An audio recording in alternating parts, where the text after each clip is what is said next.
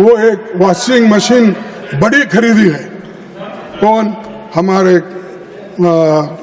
शाह साहब इतना बड़ी वॉशिंग मशीन करे, आदमी अंदर जा सकता है और क्लीन होके बाहर आता है, अंदर जाके क्लीन होके बाहर आता है।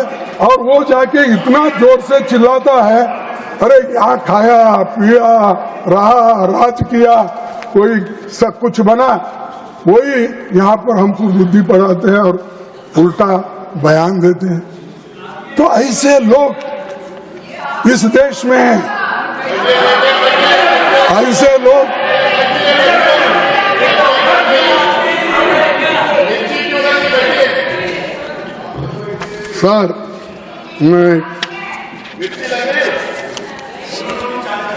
सर हम संवैधानिक प्रावधान के तहत कांग्रेस पार्टी ने देश में कास्ट सेंसस की मांग की और कास्ट सेंसस की मांग इसलिए कर रहे हैं, कमजोर लोग तबकों के लोगों को बेहतरीन के लिए, उनके बेहतर के लिए एक रणनीति बनाई जाए।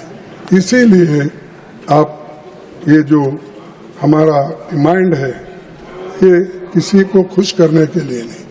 और ऐसा होता है पॉलिटिक्स में, आज मेरे साथ वोट देते हैं, कल दूसरों को देते हैं। हम देखे हैं 60 साल में कैसा हुआ, क्या हुआ, लोग बदलते कैसे रहते। तो इसीलिए वोटरों के ऊपर आप गुस्सा मत निकालो, एरिया के ऊपर आप गुस्सा मत निकालो। कोई एरिया, कोई स्टेट अगर आपको वोट नहीं देता तो आप क्या करते थे, उस स्टेट को पैसे देने का बंद करते हो, जीएसटी वक्त पे नहीं देते हो, ये आपका काम चल रहा है। और इरिगेशन पे नहीं देते हो, रेलवे के प्रोजेक्ट को नहीं देते हो। तो इसीलिए मैं और 1-2 मिनट लूंगा, खत्म। डॉक्टर बाबा साहब अम्बेडकर ने आने वाली चुनौतियों से आगाह करते हुए संविधान सभा में कहा था, in politics we will have equality and in social and economic life we will have inequality.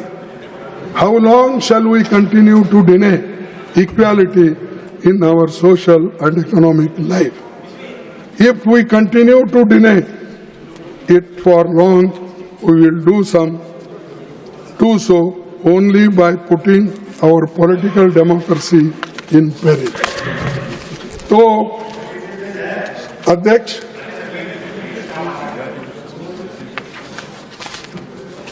Sir, और गरीब बनते जा रहा है, अमीर बनते जा रहा है। और 5% इस देश के लोग 62% संपत्ति उनके पास, 1% लोगों के पास आज 3% संपत्ति है, सॉरी 50% लोगों के पास। तो ये सारी चीजें आपकी इकोनॉमी किधर गई? क्यों इसको कम करने में आप लोग काम नहीं कर रहे? ये मैं आपसे पूछना चाहता हूं। और आप इतने सभी चीजें कॉन्स्टिट्यूशन के तहत करते हो तो ये क्यों नहीं किए, ये मेरा सवाल है। दूसरा और एक सवाल है सर, मणिपुर में लगातार हिंसा और अशांति जारी है।